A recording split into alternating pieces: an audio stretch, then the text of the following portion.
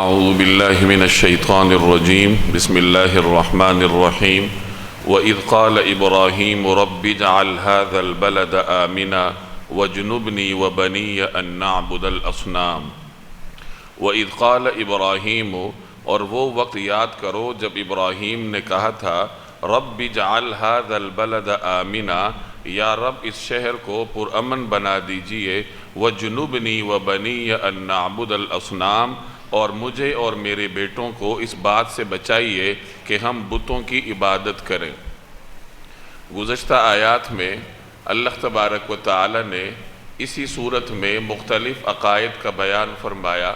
عقیدہ توحید کا بیان آپ نے پڑھا، عقیدہ رسالت کا بیان آپ نے پڑھا، عقیدہ آخرت کا بیان آپ نے پڑھا، اور اس سے پچھلے رکوع میں اللہ تبارک و تعالی نے مختلف نعمتوں کا ذکر فرمایا تھا کہ میں نے تم پر یہ نعمتیں فرمائی ہیں، ان نعمتوں کا تقاضا یہ ہے کہ تم شکر کرو، یعنی میری عبادت کرو، میری اطاعت کرو۔ عمومی نعمتوں کا بھی ذکر ہے اور خصوصی نعمتوں کا بھی ذکر ہے۔ خصوصی نعمتوں سے مراد اہل مکہ پر اللہ تبارک و تعالی نے خصوصیت کے ساتھ جو نعمتیں فرمائی تھیں، گزشتہ رکوع کی ابتدا میں اس کا بھی ذکر ہے۔ اللہ نے نبی کریم صلی اللہ علیہ وسلم کو قریش میں سے مبعوث فرمایا، قرآن کریم کو قریش کی زبان میں نازل فرمایا۔ یہ وہ نعمتیں ہیں جو خصوصیت کے ساتھ اہل مکہ کو حاصل تھیں، چنانچہ ان نعمتوں کو یاد دلا کر انہیں یہ احساس دلایا گیا کہ دیکھو نعمتوں کا تقاضا یہ تھا کہ تم عبادت کرتے، یہ تم کس راستے پر چل نکلے ہو۔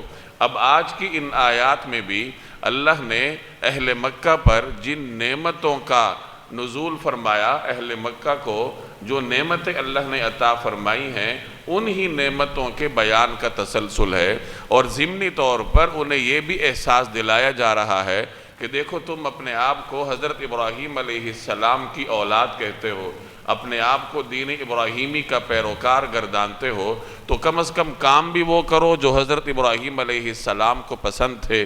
تو اس مناسبت سے اس رکوع میں حضرت ابراہیم علیہ السلام کا تذکرہ ہے، ان کی دعاؤں کا تذکرہ ہے جو انہوں نے مکہ شہر کے بارے میں کی تھی۔ حضرت ابراہیم علیہ السلام کی پہلی اہلیہ کا نام حضرت سارہ ہے، جو کہ ان کی قریبی عزیزہ تھیں، ان کی عمزاد تھیں، چچازاد تھیں، اور طویل زمانے تک حضرت ابراہیم علیہ السلام ان کے ساتھ رہے، لیکن اللہ کو منظور نہیں تھا تو اولاد نہیں ہوئی۔ بعد میں حضرت ابراہیم علیہ السلام نے حضرت ہاجرہ کے ساتھ نکاح فرمایا۔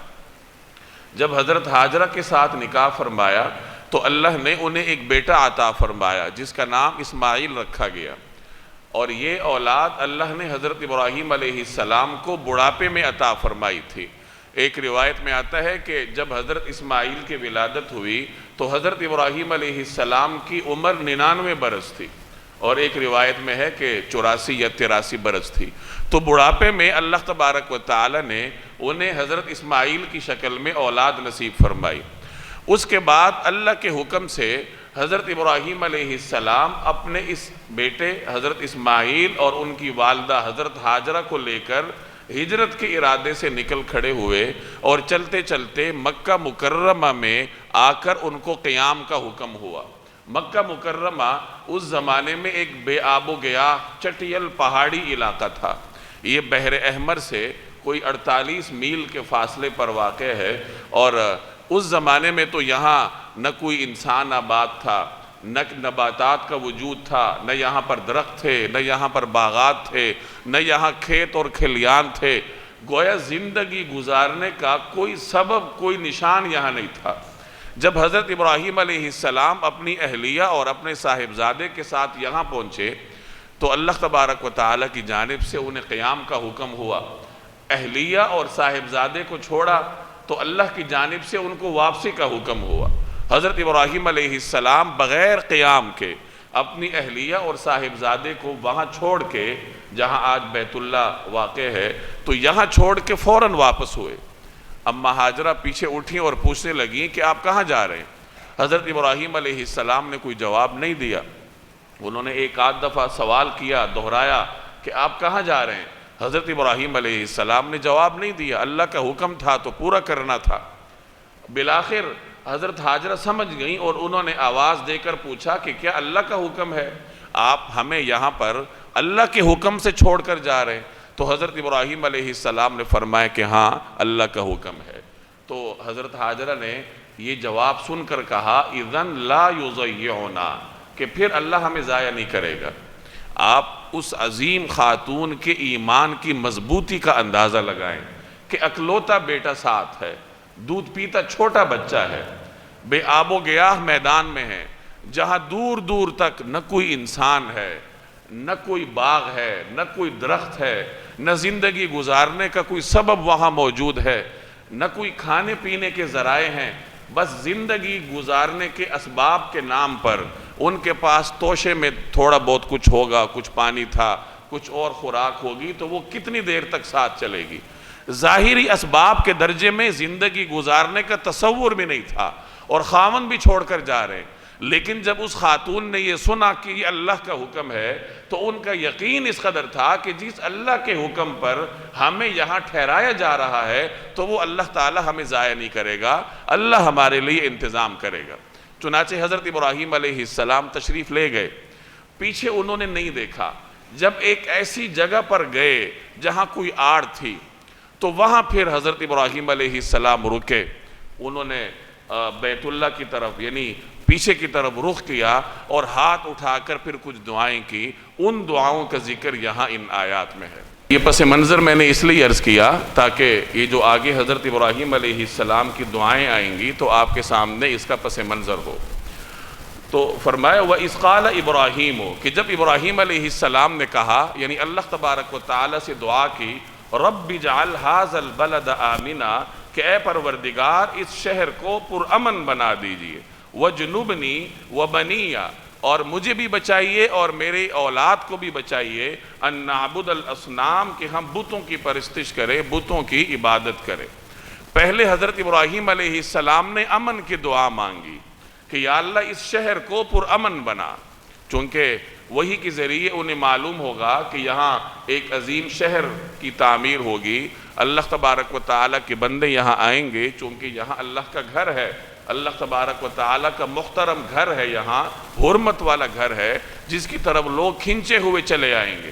تو حضرت ابراہیم علیہ السلام اس علاقے کے لیے امن کی دعا مانگ رہے ہیں، اور یہ دعا قریش مکہ کے سامنے ذکر کر کے انہیں یہ احساس دلایا جا رہا ہے کہ دیکھو تم پر اللہ کی کتنی بڑی نعمت ہے کہ تمہیں اللہ نے ایک ایسے شہر میں لا کر بسایا ہے جسے ابتدا ہی سے حرمت حاصل ہے، جسے یوم اول سے اللہ تبارک و تعالی نے پوری روئے زمین میں ایک امتیازی شان عطا کی ہے۔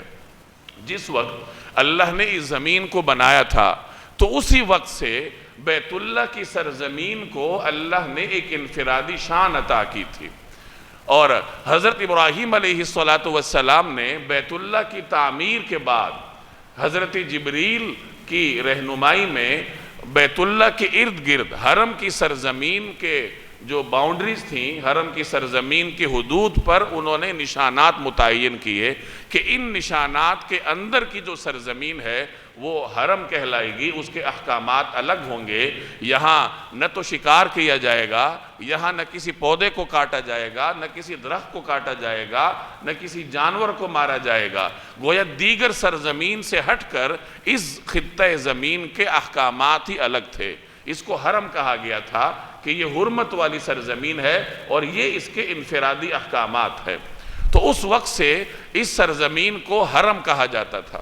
جناب رسول اللہ صلی اللہ علیہ وسلم نے فتح مکہ کے موقع پر حضرت تمیم خزاعی رضی اللہ تعالی عنہ کو حکم دیا تو انہوں نے حدود حرم میں یعنی مکہ کی سرزمین کی حدود پر وہ نشانات از سر نو تعمیر کیے جو کہ حضرت ابراہیم علیہ السلام نے تعمیر کیے تھے۔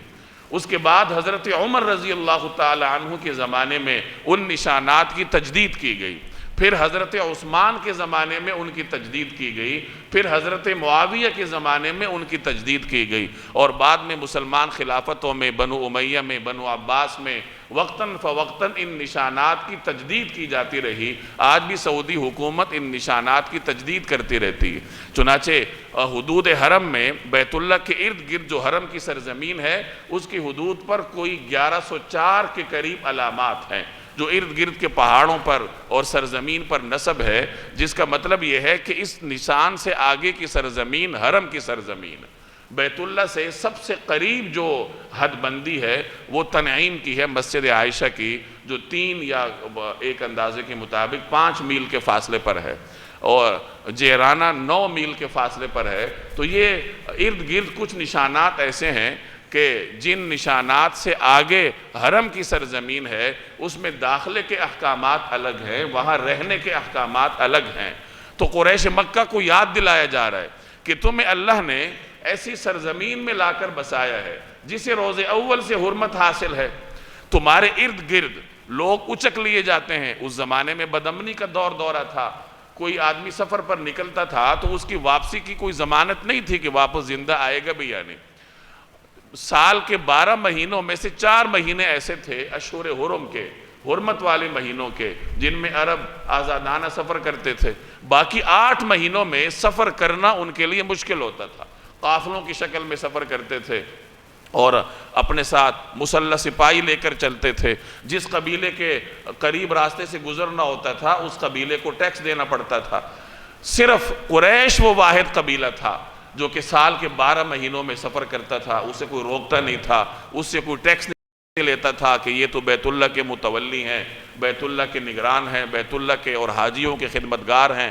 تو اللہ نے انہیں یہ اعزاز عطا کیا تھا، تو انہیں احساس دلایا جا رہا ہے کہ دیکھو تمہیں اللہ نے یہاں لا کر بسایا ہے تو آخر اس نعمت کی قدر کرو۔ ایک اور جگہ قرآن کریم میں ہے وَيُتَخَطَّفُ النَّاسُ مِنْ حَوْلِهِمْ، کہ ان کے ارد گرد لوگ اچک لیے جاتے تھے۔ یعنی ایسی بدامنی تھی کہ لوگ اغوا ہوتے تھے، خواتین اغوا ہوتی تھیں، اور عربوں کے ہاں ایک دوسرے پر حملہ کرنے کے لیے کوئی دلیل نہیں چاہیے تھی، بسا اوقات ویسی ہی شوق پورا کرنے کے لیے بھی ایک قبیلہ دوسرے پر حملہ کر دیتا تھا۔ ان حالات میں قریش کو اللہ نے امن عطا کیا تھا، اور اس نعمت کا احساس سورہ قریش میں بھی ان کو دلایا گیا ہے۔ فَلْيَعْبُدُوا رَبَّ هَذَا الْبَيْتِ الَّذِي أَطْعَمَهُم مِّن جُوعٍ وَآمَنَهُم مِّن خَوْفٍ، کہ ان کو چاہیے کہ اس گھر کے رب کی عبادت کریں جس رب نے انہیں بھوک میں کھلایا اور خوف میں امن دلایا۔ تو انہیں تو نعمت کا احساس ہونا چاہیے، تو قریش کو اس نعمت کا احساس دلایا جا رہا ہے۔ حضرت ابراہیم علیہ السلام نے پہلے اللہ سے اس سرزمین کا امن طلب کیا کہ یا اللہ اس سرزمین کو، اس خطہ مبارکہ کو امن عطا فرما۔ اس کے بعد پھر اپنی اولاد کے لیے عبادت کی دعا مانگی۔ اس سے یہ معلوم ہوا کہ عبادت کے لیے امن بہت ضروری ہے۔ اگر کسی جگہ امن نہیں ہے تو وہاں عبادت انجام دینا بھی مشکل ہو جاتا ہے۔ اسی لیے تو جہاں غیر مسلموں کا تسلط ہو اور مسلمانوں کے لیے عبادات انجام دینا مشکل ہو جائے تو اس سرزمین سے پھر مسلمان ہجرت کرتا ہے، دوسری جگہ جاتا ہے۔ تو یہ امن کی اہمیت ہے کہ حضرت ابراہیم علیہ السلام اپنی دعا میں سب سے پہلے اللہ سے مکہ مکرمہ کے لیے امن طلب کرتے ہیں، اور یہی دعا اس سے پہلے بھی موجود ہے قرآن کریم میں، دوسری جگہ بھی یہ دعا مذکور ہے۔ تو رب اجعل ھذا البلد آمنا، کہ یا اللہ اس شہر کو پرامن بنا۔ کس شہر کو؟ جو یہاں پہ آباد ہوگا، مکہ مکرمہ کو۔ وَجْنُبْنِي وَبَنِيَّ أَن نَعْبُدَ الْأَصْنَامَ، اور مجھے اور میرے بیٹوں کو اس بات سے بچائیے کہ ہم بتوں کی عبادت کریں۔ اپنی اولاد کے لیے توحید کی دعا مانگ رہے ہیں اور اپنے لیے بھی مانگ رہے ہیں۔ ابراہیم علیہ السلام جلیل القدر پیغمبر تھے، پیغمبر معصوم ہوا کرتے ہیں، ان سے لغزش کا صدور نہیں ہوتا۔ اللہ جل جلالہ کی جانب سے ان کی حفاظت کا ایک نظم موجود ہوتا ہے، اس کے باوجود اپنے لیے یہ دعا کر رہے ہیں۔ یہ حضرت ابراہیم علیہ السلام کی عبدیت ہے، ان کی بندگی کا اظہار ہے کہ وہ اللہ جل جلالہ سے یہ دعا فرما رہے ہیں، اپنے لیے بھی اور اپنی اولاد کے لیے بھی۔ رب انہن اضللن کثیرا من الناس، میرے پروردگار ان بتوں نے لوگوں کی بڑی تعداد کو گمراہ کیا ہے۔ بتوں نے گمراہ کیا ہے، اس کا مطلب کہ بت لوگوں کی گمراہی کا سبب بنے ہیں، کہ بتوں کو لوگوں نے اللہ کا شریک بنایا ہے، وہ ان بتوں کو، ان پتھر کی بنی ہوئی مورتوں کو اللہ کے ساتھ شریک ٹھہراتے ہیں، تو ان بتوں کی وجہ سے بہت سارے لوگ گمراہ ہوئے۔ فَمَن تَبِعَنِي، لہٰذا جو میری راہ پر چلے، فَإِنَّهُ مِنِّي، تو وہ تو میرا ہے، وَمَنْ عَصَانِي، اور جو میرا کہنا نہ مانے، فَإِنَّكَ غَفُورٌ رَحِيمٌ، تو آپ بہت بخشنے والے بڑے مہربان ہیں۔ پیغمبر کی شفقت ملاحظہ فرمائیے کہ پیغمبر اپنی امت پر کس قدر شفیق ہوتا ہے کہ یا اللہ جو میری اطاعت کرے وہ تو مجھ میں سے ہے، یعنی وہ تو میری امت میں سے ہوگا، اور اس کی تو مغفرت فرمائیے، لیکن جو میری اطاعت نہیں بھی کرتا تو میں اس کے لیے بھی بد دعا نہیں کرتا، اور آپ کی شان غفاریت سے امید ہے کہ آپ ان کے لیے بھی مغفرت کا کوئی راستہ نکال لیں گے۔ فَمَن تَبِعَنِي، جو میری راہ پر چلے، فَإِنَّهُ مِنِّي، وہ تو میرا ہے، وَمَنْ عَصَانِي، اور جو میرا کہنا نہ مانے، فَإِنَّكَ غَفُورٌ رَحِيمٌ، تو آپ بہت بخشنے والے بڑے مہربان ہیں۔ ایک روایت کا مفہوم ہے کہ ایک مرتبہ جناب رسول اللہ صلی اللہ علیہ وسلم نے یہ آیت تلاوت فرمائی، حضرت ابراہیم علیہ السلام کی یہ دعا جو انہوں نے اپنی امت کے بارے میں مانگی، فَمَن تَبِعَنِي فَإِنَّهُ مِنِّي وَمَنْ عَصَانِي فَإِنَّكَ غَفُورٌ رَحِيمٌ، اور پھر حضرت عیسیٰ علیہ السلام کی دعا کا ذکر کیا کہ ان تُعَذِّبْهُمْ فَإِنَّهُمْ عِبَادُكَ، کہ یا اللہ اگر آپ ان کو عذاب دیں گے تو یہ آپ ہی کے بندے ہیں، وَإِن تَغْفِرْ لَهُمْ، اور اگر آپ ان کی مغفرت فرما لیں گے، فَإِنَّكَ أَنْتَ الْعَزِيزُ الْحَكِيمُ، تو آپ اس پر غالب ہیں، حکمت رکھتے ہیں۔ ان دونوں پیغمبروں کی دعا نبی کریم صلی اللہ علیہ وسلم نے تلاوت فرمائی اور اس کے بعد رونے لگے، ساتھ یہ فرماتے رہے کہ امتی امتی، کہ میری امت میری امت۔ تو اللہ نے حضرت جبریل کو بھیجا، تو حضرت جبریل آئے، آپ صلی اللہ علیہ وسلم سے پوچھا کہ اللہ تبارک و تعالی ارشاد فرما رہے ہیں کہ آپ کے گریہ فرمانے کی کیا وجہ ہے، آپ پر گریہ کیوں طاری ہے؟ تو نبی کریم صلی اللہ علیہ وسلم نے فرمایا کہ مجھے اپنی امت کی فکر ہے۔ تو اللہ کی جانب سے حضرت جبریل پیغام لے کر آئے کہ اے حبیب، ہم آپ کو آپ کی امت کے معاملے میں راضی کریں گے، یعنی یہ جناب رسول اللہ صلی اللہ علیہ وسلم کی شفقت ہے امت پر کہ اللہ تبارک و تعالی نے آپ صلی اللہ علیہ وسلم سے یہ وعدہ فرمایا کہ ہم امت کے معاملے میں آپ کو راضی کریں گے۔ ایک روایت میں آتا ہے کہ ذَن لَا أَرْضَى وَوَاحِدٌ مِّنْ أُمَّتِي فِي النَّارِ، میں اس وقت تک راضی نہیں ہوں گا جب تک میرا آخری امتی آگ سے نکل نہ جائے۔ تو یہ جناب رسول اللہ صلی اللہ علیہ وسلم کا اپنی امت کے ساتھ شفقت اور محبت کا معاملہ ہے کہ امت پر آپ علیہ السلام کس قدر رحیم تھے، کس قدر شفقت فرمانے والے تھے۔ ربنا انی اسکنت من ذریتی، اے ہمارے پروردگار، میں نے اپنی کچھ اولاد کو لا بسایا ہے، بوادن، ایسی وادی میں، غیر ذی زرعین، جس میں کوئی کھیتی نہیں ہوتی، عند بیتک المحرم، آپ کے حرمت والے گھر کے پاس۔ اے ہمارے پروردگار، میں نے اپنی کچھ اولاد کو آپ کے حرمت والے گھر کے پاس ایک ایسی وادی میں لا بسایا ہے جس میں کوئی کھیتی نہیں ہوتی۔ یہ ابراہیم علیہ السلام دعا کر رہے ہیں، ہاتھ اٹھائے ہوئے ہیں، اور بڑی شدت سے احساس ہوگا، ظاہر ہے کہ بڑھاپے میں اللہ نے جس بیٹی کی نعمت سے سرفراز فرمایا تھا، اب اسی اللہ کا حکم ہے کہ اسی ارمانوں سے ملے ہوئے بیٹے کو اس بے آب و گیاہ میدان میں چھوڑو اور واپس جاؤ۔ تو اللہ کا حکم تھا، کتنی بڑی آزمائش ہوگی، ذرا تصور تو کیجئے کہ ایک آدمی کو اللہ نے بڑھاپے میں جا کر 80-90 برس کے بعد بیٹا عطا کیا ہو، اور ابھی بیٹا چند ہی برس کا ہے، ابتدائی زمانے میں ہے، کہ پھر اللہ کی جانب سے حکم ہے کہ اس کو اس میدان میں چھوڑو، اور میدان بھی ایسا ہے جہاں بظاہر زندگی گزارنے کا کوئی سبب نہیں ہے۔ تو حضرت ابراہیم علیہ السلام کے قلب اطہر پر کیا گزر رہی ہوگی، لیکن اللہ کا حکم تھا تو اللہ کا حکم پورا کرنا تھا۔ تو ان احساسات کے ساتھ دعا کر رہے ہیں کہ یا اللہ، میں نے اپنی کچھ اولاد کو آپ کے اس محترم گھر کے پاس ایسے علاقے میں، ایسے خطے میں لا کر بسایا ہے جہاں کسی قسم کی کوئی کھیتی نہیں ہے۔ یہ جو ابراہیم علیہ السلام نے اپنی اہلیہ اور اپنے بیٹے کو ایسے میدان میں چھوڑا تھا، یہ اللہ کے حکم سے تھا۔ آج کوئی آدمی اس پہ عمل نہیں کر سکتا، یعنی یہ ایسی سنت نہیں ہے جس پہ امت عمل کر سکے۔ کوئی آدمی اپنی بیوی کو لے جائے اور جا کر پہاڑ کے درمیان چھوڑ آئے اور بعد میں کہے کہ میں تو حضرت ابراہیم علیہ السلام کی سنت پہ عمل کر رہا ہوں، تو وہ غلط ہوگا، گنہگار ہوگا۔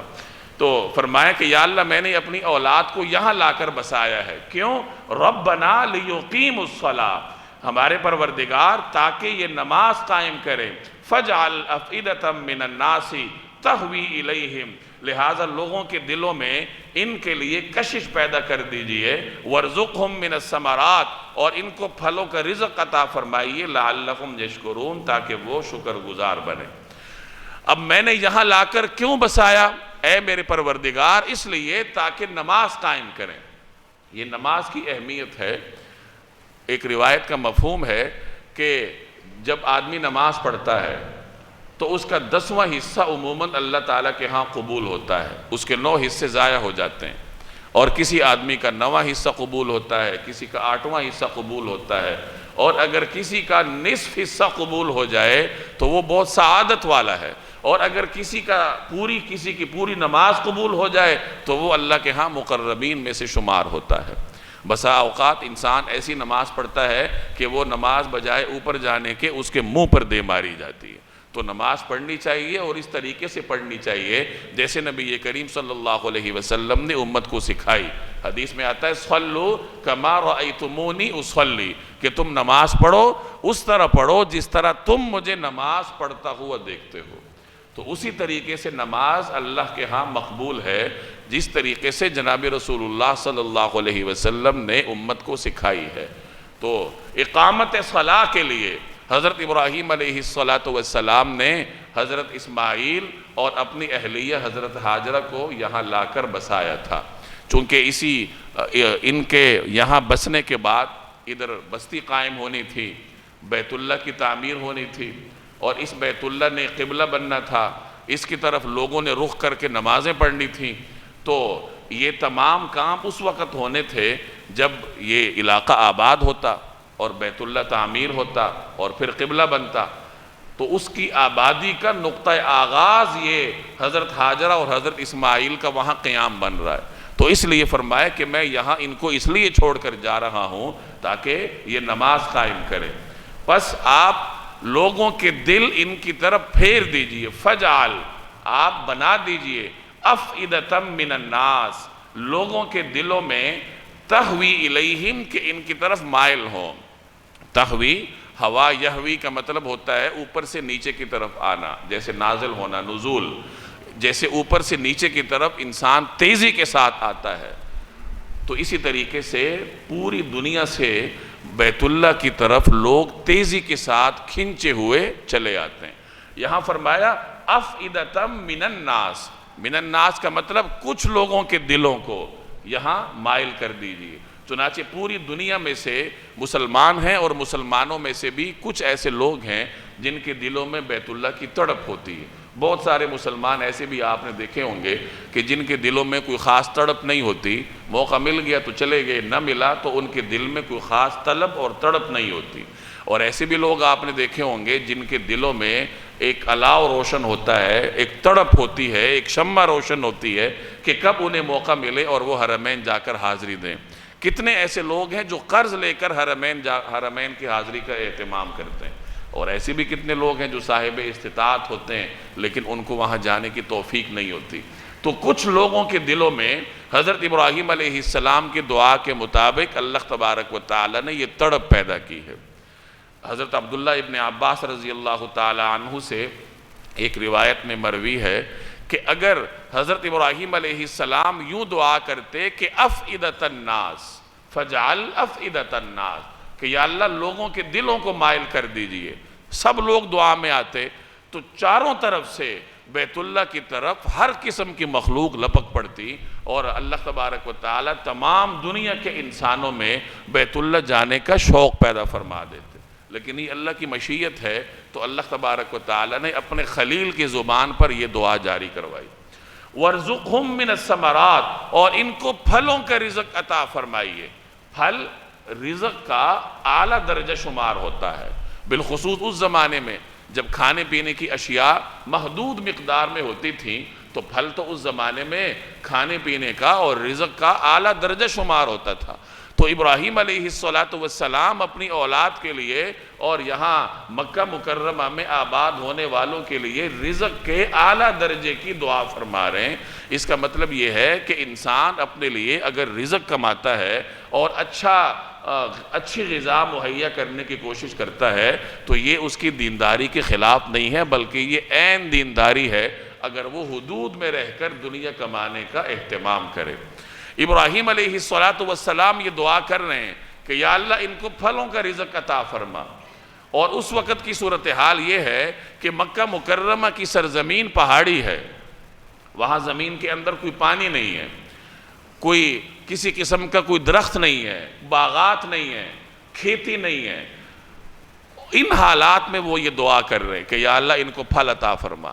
چنانچہ آج بھی مکہ مکرمہ کی سرزمین میں اب اپنا کوئی ذاتی پھل نہیں ہوتا یا کوئی خاص باغات نہیں ہوتے، اس کے باوجود ابراہیم علیہ السلام کی دعا کی برکت ہے کہ ہر قسم کے موسم کا پھل مکہ مکرمہ میں آپ کو دستیاب ہوگا۔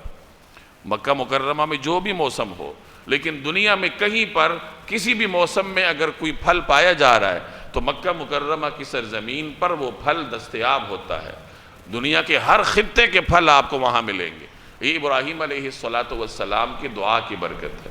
اس زمانے میں مکے میں سبزہ نہیں ہوتا تھا، آج تو عرفات میں درختوں کی قطاریں ہیں، مکہ مکرمہ میں جگہ جگہ سڑکوں پر درخت ہیں۔ اس زمانے میں مکہ مکرمہ میں اس طرح کی فضا کا تصور بھی نہیں تھا۔ نبی کریم صلی اللہ علیہ وسلم نے پیشن گوئی فرمائی تھی کہ قیامت سے پہلے سرزمین عرب یہ نہروں اور سبزے والی ہوگی، لہلہاتی کھیتوں اور فصلوں والی ہوگی۔ تو یہ تو حضور علیہ السلام کی پیشن گوئیاں ہے جو آہستہ آہستہ پوری ہو رہی ہیں۔ ہو سکتا ہے کہ آگے جا کر اس سرزمین میں مصنوعی طریقوں سے پانی کا بھی انتظام ہو جائے، نہروں کا بھی انتظام ہو جائے، باغات کا بھی انتظام ہو جائے، تو یہ پیشن گوئی ہے جو بہرحال پوری تو ہوگی۔ تو فرمایا وَرْزُقْهُم مِّنَ الثَّمَرَاتِ، اور ان کو پھلوں کا رزق عطا فرمائیے، لَعَلَّهُمْ يَشْكُرُونَ، تاکہ وہ شکر گزار بنیں۔ اس سے یہ معلوم ہوا کہ انسان مال کمائے، خوب کمائے، اپنے لیے رزق کا اہتمام کرے، انتظام کرے، اچھے طریقے سے کرے، لیکن اس تمام جد و جہد کا مقصد شکر ہونا چاہیے۔ جب اللہ تعالیٰ مال عطا فرما دے، رزق عطا فرما دے، تو عیاشی میں مگن ہونے کی بجائے اللہ تعالیٰ کا شکر ادا کرنا چاہیے۔ تو مال کا جو انجام ہے وہ اگر شکر ہے تو پھر تو وہ مال آپ کے لیے نعمت ہے، لیکن اگر مال کا انجام شکر کی بجائے تکبر ہے، غرور ہے اور عیاشی میں مبتلا ہونا ہے تو وہ مال پھر انسان کے لیے فتنہ بن جاتا ہے۔ اس لیے قرآن کریم میں مال کو خیر بھی کہا گیا اور مال کو فتنہ بھی کہا گیا۔ مال خیر اس وقت ہوتا ہے جب یہ آپ کو شکر کی طرف لے کر جائے، بندگی کی طرف لے کر جائے، حلال طریقے سے کمایا جائے، حلال مصارف پر خرچ کیا جائے، پھر اس مال سے بڑی کوئی نعمت نہیں ہے۔ بہت ساری عبادات ایسی ہیں جن کا تعلق مال سے ہوتا ہے۔ آپ کے پاس اگر مال نہ ہو تو بہت ساری عبادات انجام دینے سے انسان محروم ہو جاتا ہے۔ تو مال اتنی بڑی نعمت ہے اللہ کی، بشرطے کہ اس طریقے سے اس کو کمایا جائے اور پھر استعمال کیا جائے۔ لیکن اگر مال ناجائز طریقے سے کمایا جائے یا کمانے کے بعد جائز طریقوں سے خرچ نہ کیا جائے، شکر نہ کیا جائے، تو وہی مال انسان کے لیے فتنے کا سبب بن جاتا ہے۔ ربنا انک تعلم ما نخفی وما نعلن، اے ہمارے رب ہم جو کام چھپ کر کرتے ہیں وہ بھی آپ کے علم میں ہے اور جو کام علانیہ کرتے ہیں وہ بھی۔ وما یخفی علی اللہ من شیء فی الارض ولا فی السماء، اور اللہ سے نہ زمین کی کوئی چیز چھپی ہوئی ہے نہ آسمان کی کوئی چیز۔ اللہ تعالیٰ کا علوم کلی ہے اور محیط ہے۔ اللہ کو ہر جز کا بھی علم ہے اور ہر کل کا بھی علم ہے، اور اللہ تبارک و تعالیٰ کو تمام کائنات کی ہر چیز کا ہر وقت علم ہوتا ہے۔ اس کو کہا جاتا ہے کہ اللہ تعالیٰ کو جزیات کا بھی علم ہے، کلیات کا بھی علم ہے، اور اس کا علم ہر چیز کو محیط ہے، اور اس صفت میں اللہ کے ساتھ کوئی شریک نہیں ہے۔ الحمدللہ الذی وہب لی علی الکبر اسماعیل و اسحاق، تمام تعریفیں اللہ کے لیے ہیں جس نے مجھے کبر یعنی بڑھاپے میں اسماعیل اور اسحاق عطا فرمائے۔ ان ربی لسمیع الدعاء، بے شک میرا پروردگار بڑا دعائیں سننے والا ہے۔ میں نے عرض کیا کہ اسماعیل علیہ السلام کی جب ولادت ہوئی تو حضرت ابراہیم علیہ السلام کی عمر 99 برس تھی، اور جب حضرت اسحاق علیہ السلام کی ولادت ہوئی تو حضرت ابراہیم علیہ السلام کی عمر 112 برس تھی۔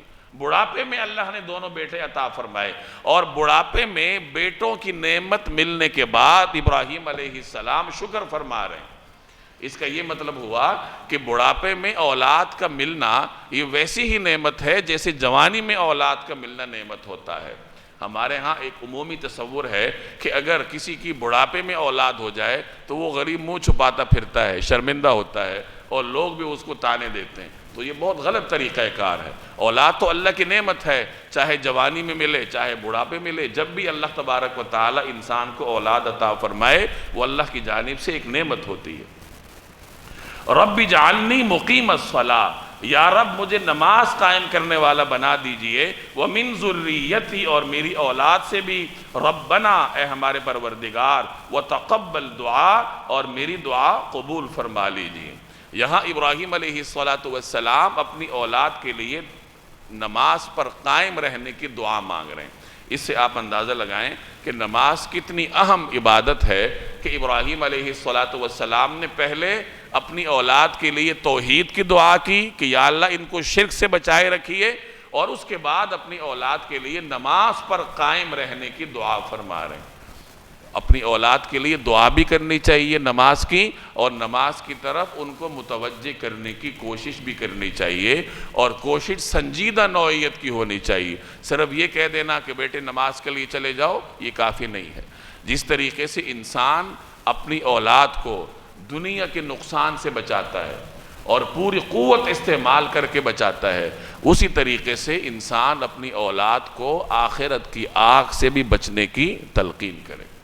فرض کیجئے آپ کسی جگہ پر لاؤنج میں آپ بیٹھے ہیں، سردیوں کا موسم ہے، سامنے ہیٹر جل رہا ہے، آپ کا کوئی چھوٹا بچہ ہے وہ رینگتا ہوا اس ہیٹر کی طرف بڑھ رہا ہے، آپ صوفے پر بیٹھ کر آواز لگاتے ہیں کہ بیٹا مت جاؤ، اور وہ بیٹا ہیٹر کی طرف جا رہا ہے، تو کیا آپ صوفے پر بیٹھ کر آوازیں لگانے پر ہی اکتفا کریں گے، یا آپ اٹھیں گے، جلدی سے اٹھیں گے، لپک کر جائیں گے اور پوری طاقت لگا کر اس کو روکنے کی کوشش کریں گے کہ یہ کہیں آگ کی طرف نہ چلا جائے؟ حالانکہ اگر اس نے ہیٹر کو ہاتھ لگا لیا تو اس کا ہاتھ جل جائے گا، یا جو بھی نقصان ہوگا وہ نقصان اس نقصان سے تو کہیں کم ہے جو آخرت میں ہوگا۔ اگر کسی کا بیٹا، کسی کی اولاد نماز نہیں پڑھتی اور وہ صرف یہ کہہ دیتا ہے کہ بیٹا نماز پڑھو، اور بس کسی کہنے پر اکتفا کرتا ہے، تو یہ کہنا اس کے لیے کافی نہیں ہوتا۔ جس طرح دنیا میں آگ کی طرف بڑھنے سے اپنی اولاد کو روکا جاتا ہے، تو اس سے کہیں زیادہ اپنی اولاد کو جہنم کی طرف بڑھنے سے روکنا چاہیے۔ ایک والد کے سامنے ہے کہ اس کا بیٹا نہ نماز پڑھتا ہے، نہ رب کو جانتا ہے، نہ قرآن کو جانتا ہے، تو اگر اسی زندگی پر برقرار رہا تو بظاہر وہ جہنم کی طرف یقینی انداز سے بڑھ رہا ہے۔ تو کیا ایک والد یہ برداشت کر لے گا کہ میری اولاد وہ جہنم کا ایندھن بنے؟ والدین یہ برداشت کر لیں گے؟ بظاہر تو لگ رہا ہے کہ وہ ٹھنڈے پیٹوں اس کو گوارا کریں گے، ان کا طرز عمل یہ بتاتا ہے، انہیں کوئی فکر نہیں ہوتی، کوئی کڑن نہیں ہوتی۔ اگر بچے کو نوکری نہ ملے تو والد مارا مارا پھرتا ہے، جگہ جگہ سفارشیں کرواتا ہے، ہر جائز ناجائز ذریعہ اختیار کرتا ہے، لیکن بیٹا نماز نہیں پڑھتا تو بس والد صرف یہی کام کرتا ہے کہ ایک آدھ دفعہ کہہ دیتا ہے اور بس پھر کام ختم۔ ایسا نہیں ہوتا، بچے کو کہنا چاہیے، بار بار کہنا چاہیے، اور مصلحت کے ساتھ، تدبر کے ساتھ مسلسل اس کو نصیحت کرتے رہنا چاہیے، اور ایسا طریقہ کار اپنانا چاہیے کہ کسی بھی طرح آپ کی جو اولاد ہے وہ نماز کی طرف متوجہ ہو جائے۔ ربنا اغفر لی ولوالدی وللمؤمنین یوم یقوم الحساب، اے ہمارے پروردگار جس دن حساب قائم ہوگا اس دن میری بھی مغفرت فرمائیے، میرے والدین کے بھی، اور ان سب کے بھی جو ایمان رکھتے ہیں۔ یہاں ابراہیم علیہ السلام اپنے والدین کے لیے مغفرت کی دعا مانگ رہے ہیں، اور آپ جانتے ہیں کہ ان کے جو والد تھے وہ توحید پر نہیں تھے۔ ابراہیم علیہ السلام انہی کے ساتھ اس عقیدے کے اختلاف کی وجہ سے گھر چھوڑ گئے، پھر انہوں نے وطن سے بھی ہجرت فرما لی۔ اس کے باوجود اپنے والد کے لیے دعا فرما رہے ہیں، اس کی کیا وجہ ہے؟ مفسرین فرماتے ہیں کہ ممکن ہے کہ یہ دعا اس وقت ہو کہ جب ان کے والد جب ان کو اپنے والد کے لیے دعا سے روکا نہ گیا ہو، یا یہ بھی ممکن ہے کہ انہوں نے دعا اس لیے کی ہو کہ شاید اللہ تبارک و تعالی میرے والد کو ایمان کی نعمت سے سرفراز فرمائیں اور اس کے بعد اللہ تبارک و تعالی اس کی مغفرت فرما دیں۔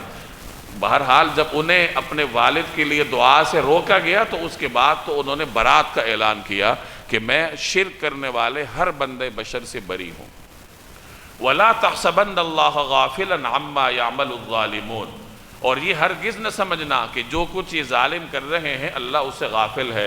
إِنَّمَا يُؤَخِّرُهُمْ لِيَوْمٍ تَشْخَصُ فِيهِ الْأَبْصَارُ، وہ تو ان لوگوں کو اس دن تک کے لیے مہلت دے رہا ہے جس میں آنکھیں پھٹی کی پھٹی رہ جائیں گی۔ اب یہاں اس آخری رکوع میں عقیدہ آخرت کا بیان ہے، آخرت کے مختلف مناظر اللہ تبارک و تعالی انسان کے سامنے بیان فرما رہے ہیں۔ یہ سورت چونکہ ہجرت سے کچھ عرصہ پہلے نازل ہوئی تھی، حضور علیہ السلام کے مکی زمانے کے اخیر میں نازل ہوئی تھی، اور آپ جانتے ہیں کہ مکی دور میں جو صورتیں نازل ہوئی ہیں ان میں عام طور پر عقائد کا بیان ہوا کرتا تھا، تو اس صورت میں ہر قسم کے تمام عقائد کا بیان ہے، توحید کا بھی بیان ہے، رسالت کا بھی ہے، آخرت کا بھی ہے، اور انسان کو توحید پر قائم رکھنے کے لیے اللہ نے اپنی نعمتیں بھی اس کو یاد دلائی ہیں۔ گزشتہ آیات میں نعمتوں کا ذکر تھا، جو نعمتیں عمومی ہیں یا جو نعمتیں خصوصیت کے ساتھ اہل مکہ پر اللہ نے فرمائی ہیں۔ اب یہاں آخری رکوع میں ایک مرتبہ پھر اللہ تبارک و تعالی آخرت کے مناظر بیان فرما رہے ہیں کہ دیکھو آخرت کے یہ حالات تمہارے سامنے آنے والے ہیں، ان حالات کے آنے سے پہلے اپنی زندگی کا طرز عمل درست کر لو۔ ہم لوگ اول تو موت کے بارے میں سوچتے نہیں ہیں، اور اگر موت کے بارے میں سوچ بھی لیں تو ہمارے ذہن میں زیادہ تر یہی خیال ہوتا ہے کہ میرے مرنے کے بعد میری اولاد کیا کرے گی، میرے بیوی بچے کیا کریں گے، میری اولاد تو ابھی چھوٹی ہے، جب میں دنیا سے چلا جاؤں گا تو یہ کس طریقے سے زندگی گزاریں گے، ان کو کھلائے گا پلائے گا کون؟ تو موت کا خیال آتے ہی انسانی ذہن میں یہ خیالات آتے ہیں۔ حالانکہ موت بذات خود ایک بہت بڑا مرحلہ ہے جس کا انسان کو سامنا کرنا ہے۔ کوئی آدمی یہ نہیں سوچتا کہ میں قبر میں کیا کروں گا، جب میری موت آئے گی، موت کے مراحل کیسے ہوں گے، کن حالات میں مجھے موت آئے گی، روح نکلے گی کس طریقے سے نکلے گی۔ قرآن کریم میں تمام حالات کا اللہ نے بیان فرمایا ہے کہ نیکوکاروں کی روح کیسے نکلتی ہے اور بدکاروں کی روح کیسے نکلتی ہے، اور اس کے بعد قبر کے حالات کا بیان قرآن کریم میں بھی ہے، اور احادیث میں نبی کریم صلی اللہ علیہ وسلم نے تفصیل کے ساتھ بیان فرمایا ہے۔ حشر کے حالات کا بیان قرآن کریم میں احادیث میں تفصیل کے ساتھ بیان ہوا ہے۔ ان ہولناک ترین مراحل کا سامنا یقینی طور پر انسان کو کرنا ہے، لیکن کوئی انسان، شاید ہی کوئی انسان ہو، بہت کم ایسے لوگ ہوں گے جو ان ہولناکیوں کا تصور کر کے ان کے دل کانپتے ہوں گے اور اپنے آپ کو درست راستے پر لانے کی کوشش کرتے ہوں گے، ورنہ عام طور پر موت کے بعد ہمارے ذہن میں یہی ہوتا ہے کہ اولاد کیا کرے گی، بیوی کیا کرے گی، ان کا کیا بنے گا، میرا قبر میں کیا بنے گا، حشر میں کیا بنے گا، شاید ہی کوئی اس کے بارے میں سوچتا ہو۔ تو اپنی اولاد کے لیے انتظام ضرور کرنا چاہیے۔ حدیث میں آتا ہے کہ تم اپنی اولاد کو دوسروں کا محتاج چھوڑو، اس سے بہتر ہے کہ تم انہیں غنی چھوڑو، یعنی اپنی اولاد کے لیے کچھ چھوڑ کر جانا یہ پسندیدہ ہے، تاکہ آپ کے جانے کے بعد آپ کی اولاد کسی کے محتاج نہ ہو۔ تو اپنی اولاد کی فکر تو ہونی چاہیے، لیکن اس سے زیادہ اپنی فکر ہونی چاہیے کہ میں آخرت میں کیا کروں گا، قبر کے مراحل میں کیا کروں گا، سوال جواب کیسے دوں گا، اور ان ہولناکیوں میں میرے ساتھ کون ہوگا؟ کوئی بھی نہیں ہوگا، نہ اولاد ہوگی، نہ بیوی ہوگی، نہ والدین ہوں گے، صرف آپ کے اعمال ہوں گے۔ تو کس حد تک میں عمل کر رہا ہوں جو قبر میں میرے ساتھ ہوں؟ پھر حشر کی ہولناکیوں میں کیا ہوگا جن کا ذکر آگے آ رہا ہے۔ تو ان ہولناکیوں کا تصور کرتے رہنا چاہیے تاکہ انسان کا جو زندگی گزارنے کا اسلوب ہے وہ تبدیل ہو جائے۔ تو فرمایا یہ ہرگز نہ سمجھنا کہ اللہ تبارک و تعالی ان ظالموں سے غافل ہے۔ بظاہر آپ کو لگ رہا ہے کہ یہ ظالم لوگ ترقی کر رہے ہیں، یہ دنیا میں آگے جا رہے ہیں، تو اللہ تعالیٰ نے ان کو چھوڑ دیا ہے، ایسا نہیں ہے، بلکہ اللہ نے ان کو مہلت دی ہوئی ہے۔ اللہ تبارک و تعالیٰ کا یہ طریقہ کار ہے، اس کی یہ سنت ہے کہ وہ کسی کو اچانک نہیں پکڑتا، مہلت دیتا ہے۔ سَنَسْتَدْرِجُهُم مِّنْ حَيْثُ لَا يَعْلَمُونَ وَأُمْلِي لَهُمْ۔ اللہ تبارک و تعالیٰ مہلت دیتا ہے اور پھر درجہ بدرجہ ایسے طریقے سے پکڑتا ہے جس کا اگلے کو احساس بھی نہیں ہوتا۔ تو انسان جس مہلت کا فائدہ اٹھا رہا ہے تو اس کا درست طریقہ کار یہ ہے کہ اس مہلت سے فائدہ اٹھاتے ہوئے اپنے آپ کو درست راستے پر لائے۔ تو اگر آپ کو کوئی نافرمان دنیا میں ترقی کرتا دکھائی دے رہا ہے تو اس کا یہ مطلب نہیں ہے کہ اللہ تبارک و تعالیٰ اس سے غافل ہے، اللہ تبارک و تعالیٰ نے اس کو چھوڑا ہوا ہے، اللہ اس پر مہربان ہے، ایسا بالکل نہیں ہوتا، بلکہ اللہ نے تو مہلت دی ہوئی ہے۔ انما یؤخرہم، وہ تو ان لوگوں کو مہلت دے رہا ہے، لیوم، اس دن کے لیے۔ کس دن کے لیے؟ تشخص فیہ الابصار، جس میں آنکھیں پھٹی کی پھٹی رہ جائیں گی، مہطعین، دوڑ رہے ہوں گے، مقنعی رؤوسہم، سروں کو اوپر اٹھائے ہوئے، لا یرتد الیہم طرفہم، ان کی نگاہیں جھپکنے کو واپس نہیں آئیں گی، وافئدتہم ہوا، اور ان کے دل اڑے جا رہے ہوں گے۔ اب یہ ان ہولناکیوں کا بیان ہے کہ نگاہیں پھٹی کی پھٹی رہ جائیں گی، اور ایسے ہولناک مناظر ان کے سامنے ہوں گے کہ ان مناظر کو دیکھنے کے بعد لوگ اپنی نگاہیں جھپکنا بھول جائیں گے، اور ایسے تیزی سے دوڑ رہے ہوں گے جیسے کہ شکار کسی جال کی طرف دوڑ رہا ہوتا ہے۔ قرآن کریم میں کئی مقامات پر اس کا ذکر ہے۔ یوم یخرجون من الاجداث سراعا کأنہم الی نصب یوفضون، کہ اس دن وہ اپنی قبروں سے نکل کر ایسی تیزی سے دوڑ رہے ہوں گے جیسے کہ شکار اپنے اس کی طرف بڑھ رہا ہوتا ہے جہاں شکاری نے کوئی پھندا لگایا ہوتا ہے۔ مہطعین الی الداع، وہ دوڑ رہے ہوں گے پکارنے والے کی طرف، قبروں سے نکل کر لوگ بھاگے جا رہے ہوں گے میدان حشر کی طرف۔ اور یہ جانا کس طرح ہوگا؟ اس کا ذکر بعض روایات میں ملتا ہے کہ قبروں سے نکل کر لوگ میدان حشر کی طرف جائیں گے، ہر آدمی اپنے اعمال کے مطابق اس کے ساتھ سلوک ہوگا۔ کچھ ایسے لوگ ہوں گے جو سواریوں پر سوار جائیں گے، کچھ ایسے لوگ ہوں گے جو پیدل جائیں گے، کچھ ایسے لوگ ہوں گے جو گھسٹ کر جائیں گے، کچھ ایسے لوگ ہوں گے جو سر کے بل چل کر جائیں گے۔ تو یہ اپنے اپنے اعمال کی جزا ہے کہ جس کے اعمال اچھے ہوں گے اسے اللہ تعالیٰ سواریاں مہیا کرے گا، وہ سواریوں پر سوار ہو کر جائیں گے، اور جس کے اعمال برے ہوں گے، نافرمانی میں سرکشی میں زندگی گزاری ہے، تو وہ گھسٹتا ہوا یا سر کے بل چلتا ہوا میدان حشر کی طرف رواں دوا ہوں گا، اور اپنے اپنے گناہوں کے بقدر لوگ پسینے میں ڈوبے ہوئے ہوں گے۔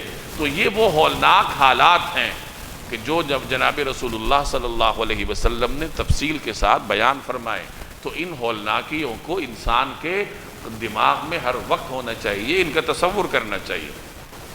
مہطعین مقنعی رؤوسہم، وہ سروں کو اوپر اٹھائے ہوئے دوڑ رہے ہوں گے، لا یرتد الیہم طرفہم، ان کی نگاہیں جھپکنے کو واپس نہیں آئیں گی، وافئدتہم ہوا، اور ان کے دل اڑے جا رہے ہوں گے، یعنی اتنے خوفزدہ ہوں گے جیسے آدمی کا دل ہوا میں تحلیل ہو رہا ہو۔ وانذر الناس، اور اے پیغمبر آپ لوگوں کو خبردار کیجئے، یوم یأتیہم العذاب، اس دن سے جب عذاب ان پر آن پڑے گا، فیقول الذین ظلموا، تو اس وقت ظالم یہ کہیں گے، ربنا اخرنا الی اجل قریب، اے ہمارے پروردگار ہمیں تھوڑی سی مدت کے لیے اور مہلت دے دیجئے، نجیب، تاکہ ہم آپ کی دعوت قبول، نجیب دعوتک، تاکہ ہم آپ کی دعوت قبول کر لیں، ونتبع الرسل، اور پیغمبروں کی پیروی کریں۔ یہ منکرین کو جب سزا سنائی جائے گی تو وہ یہ کہیں گے کہ یا اللہ ہمیں تھوڑی دیر کی مہلت دے دیجئے تاکہ ہم دنیا میں جائیں، آپ کی اطاعت کریں، دوبارہ اچھے اعمال لے کر آئیں۔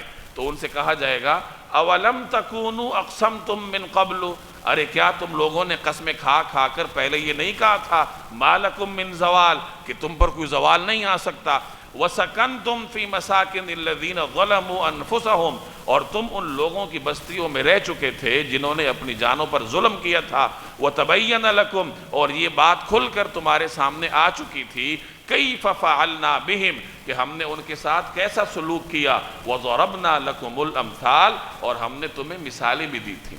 یہ اب مکالمے کا ذکر ہے کہ مجرمین کی جانب سے دعا ہوگی کہ یا اللہ ہمیں مہلت دے، اللہ کی جانب سے کہا جائے گا کہ اب مہلت نہیں ہے، اور تم تو دنیا میں بڑے کر و فر کے ساتھ زندگی گزارتے تھے، قسمیں کھا کھا کر تم کہتے تھے کہ ہمیں تو زوال نہیں ہے۔ یعنی ایک متکبر آدمی بزبان حال یہ کہہ رہا ہوتا ہے کہ میں تو ہمیشہ اسی حال میں رہوں گا۔ اگر اسے اللہ کی طاقت کا احساس ہو اور اس چیز کا احساس ہو کہ ایک لمحے میں اللہ صورتحال بدل دیتا ہے، محل سے نکل کر انسان سڑک پر آ جاتا ہے، تو اگر اس کو یہ احساس ہوتا تو وہ تکبر کرتا، کبھی بھی نہ کرتا، عاجزی کرتا۔ متکبر آدمی گویا بزبان حال یہ کہہ رہا ہوتا ہے کہ میں تو ہمیشہ اسی طرح رہوں گا۔ تو یہی ان کو کہا جا رہا ہے کہ دنیا میں تو تم بڑے دعوے کرتے تھے کہ ہم تو ہمیشہ اسی طاقت میں رہیں گے، ہم تو ہمیشہ اسی کر و فر کے ساتھ رہیں گے، ہمیں تو زوال نہیں آئے گا۔ اب کیا ہوا تمہارے ساتھ؟ زوال آیا کہ نہیں آیا؟ دنیا میں تم نے ہوش کے ناخن لینے تھے، ایک دفعہ جب موت آ جاتی ہے پھر دوبارہ کسی قسم کی مہلت نہیں دی جاتی۔ موت جس لمحے کی لکھی ہے اس لمحے سے ایک لمحہ بھی آگے نہیں جاتی۔ دنیا کی ساری طاقتیں مل کر بھی کسی آدمی کو ایک لمحے کی زندگی عطا نہیں کر سکتی۔ یہ اللہ تبارک و تعالیٰ کی خدائی ہے۔ اس کے باوجود دنیا میں کتنے لوگ بکھرے ہوئے ہیں جو کہ اللہ تعالیٰ کو نہیں مانتے، کہتے ہیں کہ یہ دنیا خود سے بن گئی۔ تو اللہ تبارک و تعالیٰ یہی چیز ارشاد فرما رہے ہیں کہ دیکھو تم تو دنیا میں اس طرح کے دعوے کرتے تھے، اور پھر تم لوگوں نے ان کی بستیوں کو دیکھ رکھا تھا جن بستیوں کو اللہ نے مٹا دیا تھا۔ قوم عاد ہے، قوم سمود ہے، قوم لوط ہے، یہ ساری بستیاں انسانوں کے سامنے ہیں۔ اہل مکہ کے قریب ہی قوم سمود کی بستی تھی۔ مدینہ طیبہ سے شام جانے کے راستے میں ایک وادی ہے جہاں قوم سمود آباد تھی، ان کے نشانات آج بھی موجود ہیں۔ قریش وہاں سے گزرتے تھے جب شام کے لیے سفر پر جاتے تھے۔ اسی طرح قوم لوط کی جو بستی ہے وہ بھی ان کے تجارتی سفر کے راستے پر تھی۔ تو ان سے کہا جا رہا ہے کہ تم تو ان بستیوں پر سے گزرتے تھے اور تمہیں معلوم تھا کہ یہی وہ بستیاں ہیں جنہیں اللہ تبارک و تعالیٰ نے مٹا دیا تھا، اور اس کے باوجود تم نے عقل کے ناخن نہ لیے، ہوش کے ناخن نہ لیے، اور ہم نے تمہیں سمجھانے کے لیے مثالیں بھی دی ہیں۔ قرآن کریم میں جگہ جگہ تمثیلات اللہ تعالیٰ بیان کرتا ہے۔ تو یہ ساری چیزیں مجرمین کو یاد دلائی جائیں گی کہ دیکھو تمہیں مثالیں بھی دی جا چکی ہیں، تمہیں نصیحت کی جا چکی ہے، اور تم نے نصیحت پر کان نہیں دھرے تو آج تمہاری کسی قسم کی کوئی سنوائی نہیں ہوگی۔ وَقَدْ مَكَرُوا مَكْرَهُمْ، اور وہ لوگ اپنی ساری چالیں چل چکے تھے۔ وَعِنْدَ اللَّهِ مَكْرُهُمْ، اور ان کی ساری چالوں کا توڑ اللہ کے پاس تھا۔ وَإِنْ كَانَ مَكْرُهُمْ لِتَزُولَ مِنْهُ الْجِبَالِ، چاہے ان کی چالیں ایسی کیوں نہ ہو جن سے پہاڑ بھی اپنی جگہ سے ہل جائیں۔ دشمنان دین کی سازشیں بسا اوقات بہت سخت ہوتی ہیں۔ آج بھی چاروں طرف سے یہ سازشیں ہو رہی ہیں کہ کسی طریقے سے مسلمان کو صفحہ ہستی سے مٹا دیا جائے۔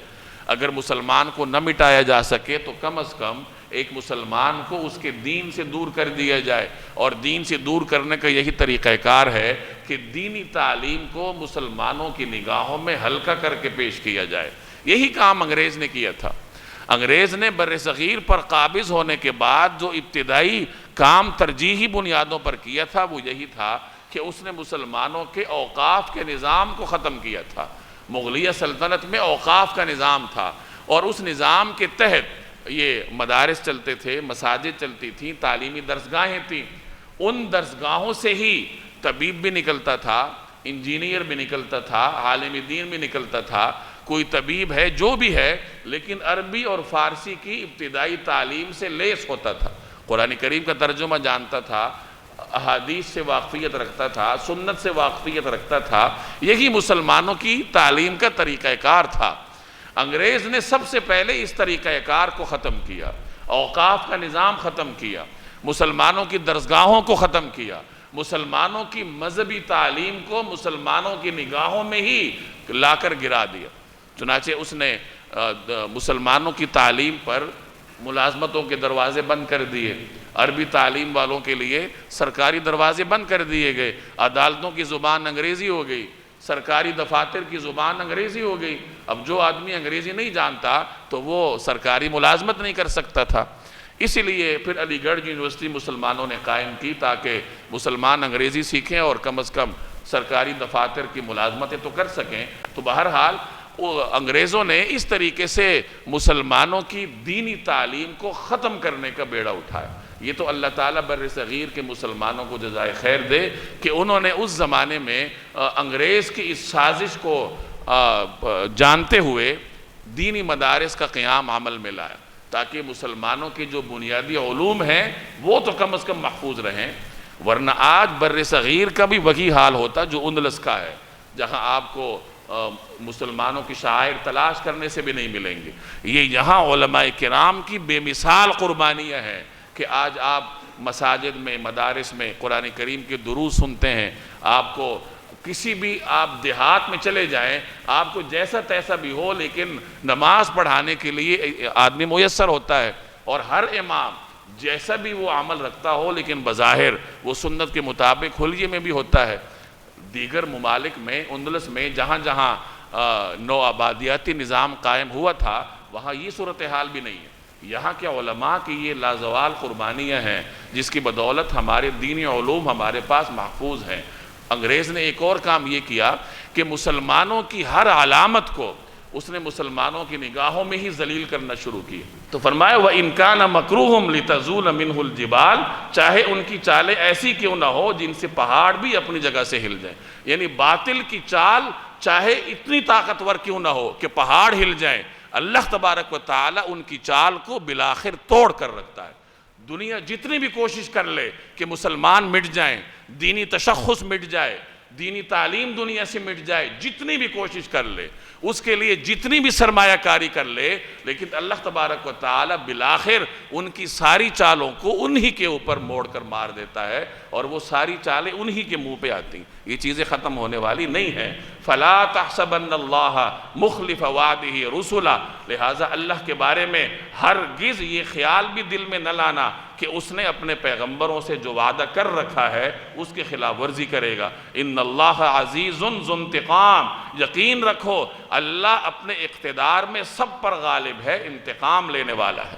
اللہ تعالیٰ اپنے پیغمبروں کی نصرت کر کے رہتا ہے، چاہے تھوڑی تاخیر کے ساتھ ہی کیوں نہ کرے، لیکن اپنے پیغمبروں کی اور اپنے پسندیدہ بندوں کی نصرت کرنا یہ اللہ تبارک و تعالیٰ نے اپنے ذمے میں لے رکھا ہے۔ اس لیے فرمایا کہ اللہ تعالیٰ وعدے کی خلاف ورزی نہیں کرتا، وہ پیغمبروں کی نصرت کرتا ہے۔ اگر آپ کو نظر آ رہا ہے کہ باطل ترقی کر رہا ہے تو یہ ترقی عارضی ہے، اگر آپ کو نظر آ رہا ہے کہ باطل بہت اوپر جا رہا ہے تو یہ باطل کا عروج عارضی ہے، بالآخر اس نے منہ کے بل نیچے گرنا ہے، اور اہل حق اور حق کو اللہ تبارک و تعالیٰ بالآخر اوپر لائے گا۔ یوم تبدل الارض غیر الارض والسماوات، اس دن جب یہ زمین ایک دوسری زمین سے بدل دی جائے گی اور آسمان بھی، وبرزوا للہ الواحد القہار، اور سب کے سب خدائے واحد و قہار کے سامنے پیش ہوں گے۔ قیامت اس وقت آئے گی جب اللہ تعالیٰ اس روئے زمین کے تمام نظام کو لپیٹ دے گا۔ یہاں جو بھی آپ کو نظر آ رہا ہے، یہ زمین ہے، آسمان ہے، یہ زمین و آسمان کے درمیان خلا ہے، یہ ایک پورا کرۂ ارضی ہے، اور اس کے اندر سیارے ہیں، مختلف طرح کے نظام ہیں، اس تمام نظام کو اللہ نے لپیٹنا ہے۔ یہ سورج بھی ختم ہوگا، چاند بھی ختم ہوگا، زمین بھی ختم ہوگی، آسمانوں کو بھی اللہ ختم کرے گا، ان تمام کہکشاؤں کو بھی اللہ ختم کرے گا، اور اس پورے نظام کو لپیٹنے کا نام قیامت ہے۔ اسی کا ذکر ہے کہ جس دن یہ زمین ایک دوسری زمین سے بدل جائے گی، اللہ تعالیٰ نے اس زمین کی صفت کو بھی تبدیل کرنا ہے اور اس کی حقیقت کو بھی تبدیل کرنا ہے۔ آج اس زمین کی صفت کیا ہے کہ یہاں اتار چڑھاؤ ہے، یہاں کہیں میدانی علاقہ ہے، کہیں بلند و بالا پہاڑ ہے، کہیں کوئی ریگستان ہے، کہیں کوئی چٹان ہے۔ آپ اگر دیکھتے ہیں تو راستے میں کتنی چیزیں حائل ہوتی ہیں۔ تو یہ زمین کا جو اونچ نیچ ہے یہ اس کی صفت ہے۔ اللہ تعالیٰ نے اس کی یہ صفت ختم کر دینی۔ صفت کیسے ختم ہوگی کہ یہ تمام زمین بالکل ایسی سیدھی ہوگی جیسے کہ کھال کھینچ لی جاتی ہے۔ جب کھال کو کھینچا جاتا ہے تو وہ بالکل ہموار ہو جاتی ہے، اس میں اونچ نیچ ختم ہوتی ہے۔ اسی طرح اس زمین کی اونچ نیچ کو اللہ تعالیٰ ختم کرے گا، یہ اس کی صفت تبدیل ہوگی۔ اور یہ کب ہوگی؟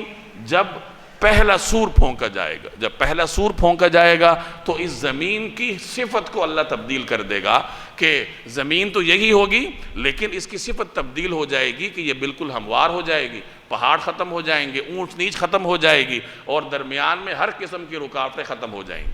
اور بعد میں جب لوگ میدان حشر کی طرف جائیں گے تو اللہ تبارک و تعالیٰ اس زمین کی حقیقت کو بھی تبدیل کر دے گا، یعنی اس زمین کو ختم کر کے ایک نئی زمین بچھا دی جائے گی، اور وہ جو نئی زمین بچھائی جائے گی وہ چاندی کی بنی ہوئی ہوگی، چمکدار ہوگی۔ جس زمین پر لوگوں نے گناہ کیے ہیں اس زمین کو بالکل ختم کر کے نئی زمین اللہ بچھائے گا۔ ہاں، جب کسی کا حساب کتاب ہوگا اور اس نے کسی جگہ پہ گناہ کیا ہوگا یا کسی جگہ پہ نیک کام کیا ہوگا تو زمین کے اس حصے کو گواہی کے لیے اللہ کے حضور حاضر کیا جائے گا۔ ایک روایت میں صحابہ کرام نے پوچھا کہ جب اللہ تعالیٰ اس زمین کی جگہ نئی زمین لائے گا تو لوگ اس وقت کہاں ہوں گے؟ تو آپ صلی اللہ علیہ وسلم نے فرمایا کہ وہ پل صراط پر ہوں گے، یعنی تمام انسانیت پل صراط پر ہوگی۔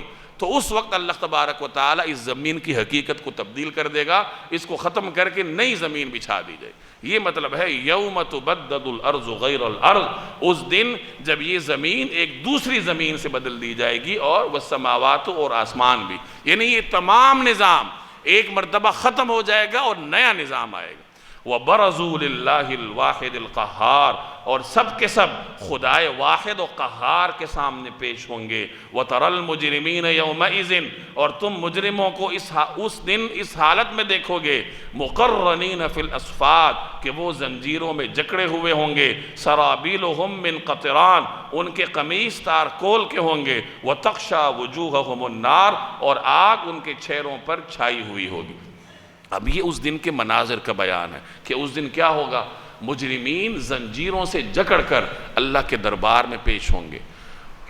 فی سلسلۃ ذرعها 70 ذراعا، کہ ایسے زنجیروں میں ہوں گے کہ جن کا جو طول ہے، جن کی لمبائی وہ 70 گز ہوگی، اور لوگوں کی گردنوں میں اللہ تبارک و تعالیٰ وہ زنجیریں ڈالے گا، فرشتے ان کو ہانکتے ہوں گے، اور اسی طریقے سے انہیں اللہ تبارک و تعالیٰ کے دربار میں پیش کیا جائے گا۔ سرابیلہم من قطران، سرابیل سربال کی جمع ہے، قمیص کو کہتے ہیں، ان کے قمیص تارکول کے ہوں گے، یعنی ایسے مادے کے بنے ہوئے ہوں گے جو آگ جلدی پکڑتا ہے۔ جہنم کی آگ ان کی قمیص کی وجہ سے زیادہ تیزی اور شدت کے ساتھ ان کی جسم کو جلائے گی۔ وَتَغْشَى وُجُوهَهُمُ النَّارُ، اور آگ ان کے چہروں پر چھائی ہوئی ہوگی۔ آگ تو پورے جسم پر چھائی ہوگی، لیکن چہرے کا ذکر اس لیے فرمایا کہ چہرے کو معزز سمجھا جاتا ہے، تو اس وجہ سے بطور خاص چہرے کا ذکر ہوا۔ یاد رکھیے یہ چہرہ معزز ہے، یہ سر عزت کی علامت ہے، لیکن یہ اس وقت تک عزت کی علامت ہے جب تک اس کو دنیا میں اللہ کے آگے جھکایا جائے، پھر تو یہ آخرت میں عزت کی علامت ہے۔ لیکن اگر دنیا میں اس کو اٹھا کے پھرا جائے اس طرح کہ اللہ کے آگے بھی نہ جھکایا جائے، سرکشی والی زندگی گزاری جائے، تو اسی سر کو قیامت کے دن اللہ تعالیٰ وہی مقام دے گا جو دنیا میں پاؤں کا ہوتا ہے۔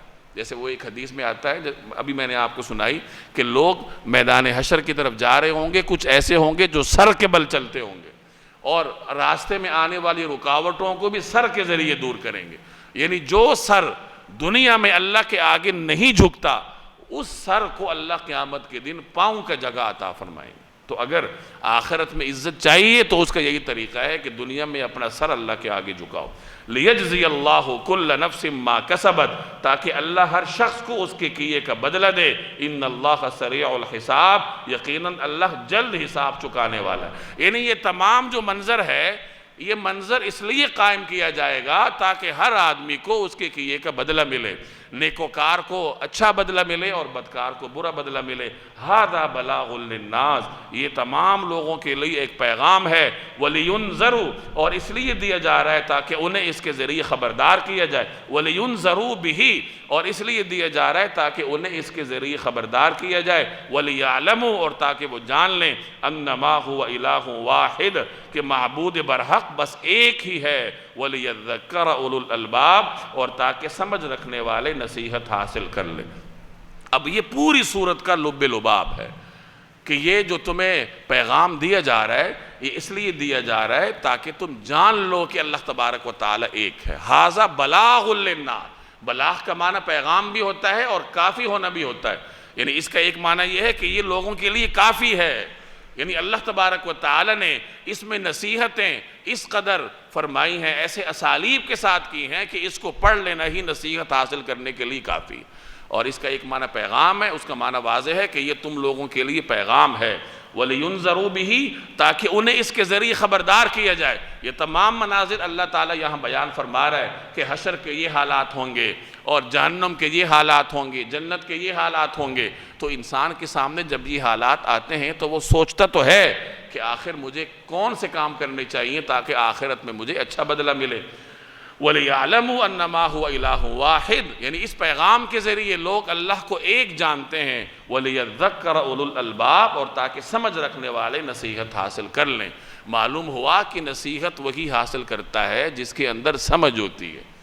گویا انسانی عقل کا انجام اگر یہ ہے کہ وہ دین کی سمجھ حاصل کر لے تو پھر تو وہ عقل کہلانے کے مستحق ہے۔ لیکن اگر کوئی عقل انسان کو اللہ کی طرف نہ لے کے جا سکے تو دنیا میں دکھانے کے لیے وہ جتنے بھی کارنامے کر لے وہ عقل کہلانے کے مستحق نہیں ہے۔ حقیقی عقل وہی ہے جو اس پیغام کو سمجھے، اس پر عمل کرے اور اللہ تبارک و تعالیٰ کے ہاں اپنے آپ کو سرخرو کرے۔